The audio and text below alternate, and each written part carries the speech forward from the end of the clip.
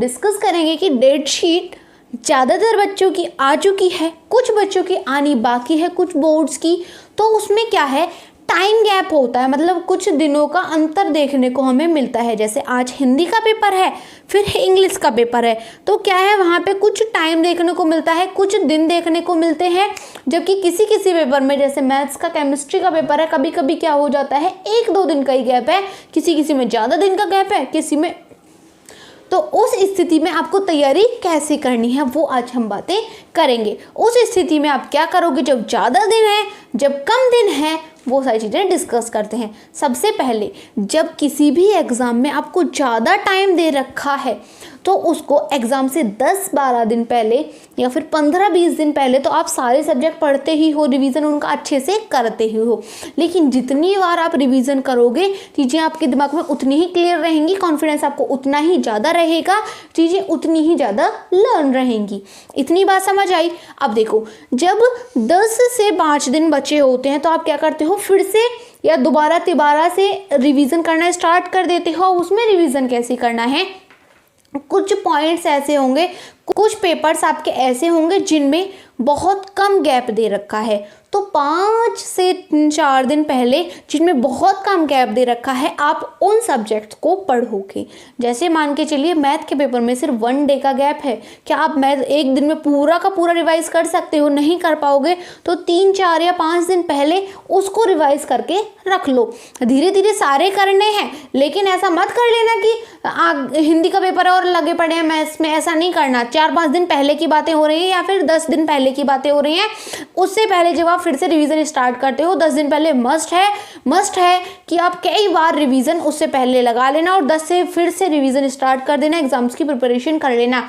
जो आपके जिस पेपर में कम टाइम दे रखा है उसको आपको वहां पे उठाना है, पूरा का पूरा सॉल्व कर लेना है, या फिर आपका जो सब्जेक्ट थोड़ा सा वीक है उसको एक बार वहां पे भी रिवाइज कर लेना। समझ आई? देखो, अब जो जिसमें 2 दिन दे रखे हैं उसे आप आराम से पढ़ सकते हो। अब आपको क्या पता है कि 2 दिन आराम से आप हिंदी को पढ़ सकते हो, इंग्लिश को 2 दिन में कवर कर लोगे, मैथ्स 2 दिन में कवर नहीं होता है। कुछ के पास इंग्लिश हो, कुछ के पास केमिस्ट्री होगी, कुछ के पास साइंस होगी, तो वो चीज़ें टाइम थोड़ी सी ले लेती हैं। 2 से 3 दिन का टाइम उन्हें चाहिए। लेकिन यदि कम टाइम है और तो क्या करोगे, आप उन्हें शुरू वाले जो दिन होते हैं, 10 दिन पहले आपके कॉलेजेस या स्कूल्स की छुट्टी हो जाती है, उनमें आप उसको रिवीजन करते चलोगे। 2 दिन पहले आप उन सारी की सारी चीज़ों को छोड़ दोगे। जैसे कि मान के चलिए ये आपका एग्ज़ाम का टाइम है, 10 डेज हैं आपके एग्ज़ाम से पहले, यहाँ से आपके एग्ज़ाम स्टार्ट है, ये टाइम स्लॉट है कि यहाँ पे कोई एग्ज़ाम यहाँ इस तरीके से आपको टाइम गैप दे रखा है। यहाँ पे 10 डेज हैं तो आप 8 या 7 डेज तक, 8 डेज तक आप वो चीज़ें प्रिपेयर कर लीजिए, या फिर मान के चलिए 7 डेज तक, जब तक आपका मन करे, जब तक आप सारी चीज़ें अपने अकॉर्डिंग चूज़ कर सको। ठीक है, या तो 7 डेज तक पढ़ लेना या 8 डेज तक पढ़ लेना, जब तक आप सारी चीज़ों को हैंडल कर सको। समझ में आया? अब ये जो 2 दिन बचे हैं, ये 2 दिन इस वाले एग्ज़ाम के लिए पढ़ लेना। जो आपका पहला वाला पेपर हो उसके लिए ये 2 या 3 दिन, जिस चीज़ का आपका पेपर है उसके हिसाब से उसे टाइम दे लेना, जितनी आपकी तैयारी है उसके हिसाब से टाइम दे लेना, और इस वाले सब्जेक्ट को आप उस दिन पढ़ लेना। समझ आ गया इतना? नेक्स्ट पे बढ़ते हैं। फिर उसके बाद जो नेक्स्ट पेपर, यदि 2 दिन का गैप है, आसानी से कर लोगे वो चैप्टर का वो सब्जेक्ट कवर, तो उसको इन दिनों में मत छेड़ना। या फिर कोई चीज़ ऐसी है जो आप लर्न करना भूल गए थे पहले, वो इन दिनों में लर्न कर लेना। जो भी पॉइंट आपका रह गया है, जो चीज़ लर्न नहीं की है, वो इन दिनों में बिल्कुल भी मत छेड़ना। लेकिन यहाँ पे जो 7 डेज आप देने वाले हो, 8 डेज देने वाले हो, उसमें कोई चीज़ आपकी रह गई थी गलती से, उसका लेक्चर देख लेना, उसको लर्न कर लेना। बुक पढ़नी थी, कोई एक चैप्टर रह रहा था, उसको यहाँ पे आप लर्न अच्छे से कर लेना, ताकि यहाँ पे आप 2 से 3 दिन के जो गैप्स दे रखे हैं, 1 दिन का जो गैप दे रखा है, वहाँ पे आप आसानी से उसका रिवीजन कर सको। आई होप आपको समझ में आ रही है मेरी बात। नेक्स्ट क्या आता है कि इनमें तो आप रिवीजन कर ही लोगे, लेकिन ऐसा भी हो सकता है कि किसी में 1 ही दिन का गैप दे रखा हो, एक ही दिन का गैप दे रखा हो उसे आप यहाँ पे कवर कर लोगे, वो मैंने बता दिया। लेकिन हमको एग्ज़ाम वाले दिन भी तो कुछ रिवीजन करना होता है, एग्ज़ाम वाले दिन भी तो रिवीजन करना होता है। हम यहाँ पे क्यों पढ़ रहे हैं, वहाँ पे भी हम रिवीजन करेंगे ताकि वो थोड़ा फास्ट हो सके डियर, वहाँ पे वो थोड़ा सा फास्ट रिवीजन उसका हो सके। यदि आप स्लोली करोगे तो एग्जाम में भूल जाओगे। यहाँ पे आपको कुछ भी नया लर्न मत करना, वरना तो और चीज़ों का गुड़ गोबर हो जाएगा। तो ध्यान रखना है बिल्कुल, ठीक है। जिसमें एक दिन दिया होगा उसमें, जैसे आप कॉलेज स्कूल से आए, जैसे आप किसी एग्ज़ाम दे करके आए तो उसका कुछ दिन बचेगा, उसका कुछ दिन बचा हुआ है, यहाँ पे आप थोड़ा सा रेस्ट कर लो, उसका कुछ दिन बचा हुआ है उसमें रीड आउट कर लो। और कुछ टाइम मॉर्निंग का भी तो होता है।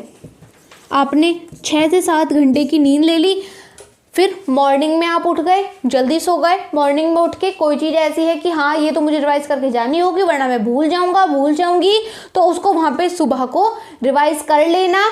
लेकिन 5 से 6 घंटे पहले अपनी बुक छोड़ देना। यदि आपका पेपर 8 बजे स्टार्ट है तो कम से भी कम सुबह को, यदि आप पढ़ रहे थे सुबह को 4 बजे उठ जाओ, 3 बजे उठ जाओ, 2 बजे उठ जाओ। जैसे आपका 8 बजे पेपर स्टार्ट है तो आप क्या करोगे, 8 बजे से पहले कम से कम 3 से 4 घंटे पहले बुक बिल्कुल छोड़ देना। और हो सके तो मॉर्निंग में मत पढ़ना, लेकिन जब बहुत कम टाइम है तो उसमें तो मजबूरी है, पढ़ना पड़ेगा। लेकिन कुछ बच्चों की आदत होती है कि मॉर्निंग में पढ़ के ही जाते हैं वो, वरना वो बहुत सारी चीज़ें भूल जाते हैं। तो कम से कम कोशिश करना कि 3 से 4 घंटे पहले बुक छोड़ दो। 1 बजे उठ के पढ़ लेना, 2 बजे उठ के पढ़ लेना, 4 से 5 बजे तक पढ़ लेना, फिर नहा धो के बिल्कुल बुक मत छेड़ना, आराम से। और वहाँ पे सेंटर पे बुक बिल्कुल मत खोलना, वरना तो सारी चीज़ें भूल जाओगे, सिर्फ वही याद रह जाएगा और सारी की सारी साल का बिल्कुल बेकार हो जाएगी। पूरी साल की मेहनत आपको 3 घंटे में प्रेजेंट करनी है। कैसे करोगे वो आपके ऊपर है, बहुत अच्छे से प्रेजेंट करनी होगी। और 2-2 दिन के जो गैप है उनमें आसानी से आप कवर कर सकते हो।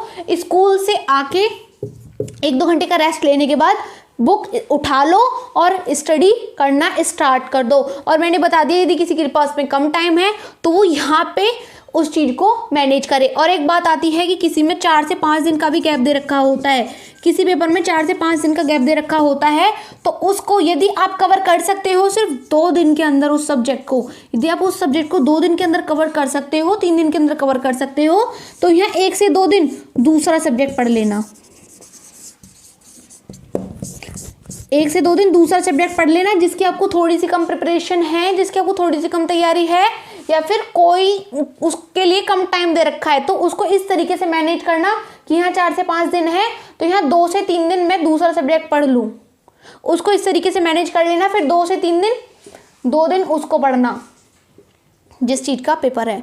समझ आ रहा है पूरा पैटर्न कैसे करना है, यानी कि बीच में जो टाइम दे रखा है, बीच में जो दिन दे रखे हैं वो कैसे यूटिलाइज करने हैं, ये वाले जो डेज हैं वो कैसे यूटिलाइज करने हैं। इसमें कुछ भी नया नहीं पढ़ना, जो सारी चीज़ें पहले पढ़ी थी वही करनी है। और सुबह को बहुत सारे बच्चे फैक्ट्स और डेट होती हैं कोई, ये सारी चीज़ें रिवाइज करते हैं, तो 3 से 4 घंटे पहले बुक बिल्कुल छोड़ देना, वरना प्रॉब्लम हो सकती है। नहाने धोने के बाद में जब आप ब्रेकफास्ट करते हो उसके बाद कुछ मत छेड़ना, फ्रेश होके सुबह को आसानी से पढ़ सकते हो आप 2 से 3 घंटे, उसके बाद बिल्कुल मत पढ़ना। इस तरीके से आपको पूरा का पूरा टाइम चार्ट आपको मैनेज करके चलना है। मैं फिर से एक बार बता देती हूँ कैसे करना है। यदि आपका ये पूरा टाइम गैप है, इसमें जो टाइम यदि आगे पीछे दे रखा है थोड़ा छोटा मोटा, इसमें जो चीज़ रह गई थी वो करोगे, जो कि पीछे के जो पेपर दे रखे हैं जिसमें किसी में कम टाइम दे रखा है उसको यहाँ प्रिपेयर कर लो। कोई चीज़ हार्ड लगती है यहाँ प्रिपेयर कर लो। जो भी चीज़ें हैं ये आपके 7 दिन, 7 या 8 दिन, 15 दिन पहले भी स्टार्ट कर सकते हो, कर लेना। जितना पहले करोगे उतना ज़्यादा प्रॉफिट होगा। यदि 10 डेज आप लगा रहे हो या फिर 7 डेज आप लगा रहे हो, 7 × 24 कितना होता है कैलकुलेट कर लेना। इतने आवर्स आपके पास में है, आसानी से आप सारी चीज़ें रीड आउट कर लोगे। और इनके बीच में जो टाइम स्लॉट दे रखा होता है ज़्यादा कम, उसमें आप जिसमें कम टाइम दे रखा है, जो सब्जेक्ट आपको हार्ड लगता है उस टाइम को यहाँ पे पढ़ लेना इतने टाइम तक, फिर बचे हुए टाइम में उसको पढ़ लेना। मैंने अपना पूरा पोटेंशियल लगा के आपको समझाने की कोशिश की है कि टाइम गैप्स जो दे रखे हैं, डेज गैप जो दे रखा है, उसको कैसे यूटिलाइज करना है। आई होप आपको पूरा का पूरा समझ में आया है। Best of luck for your exams कौन से वाले, प्री बोर्ड है प्री बोर्ड, बोर्ड्स है बोर्ड्स। आप बहुत अच्छा करने वाले हो और you will be topper one day.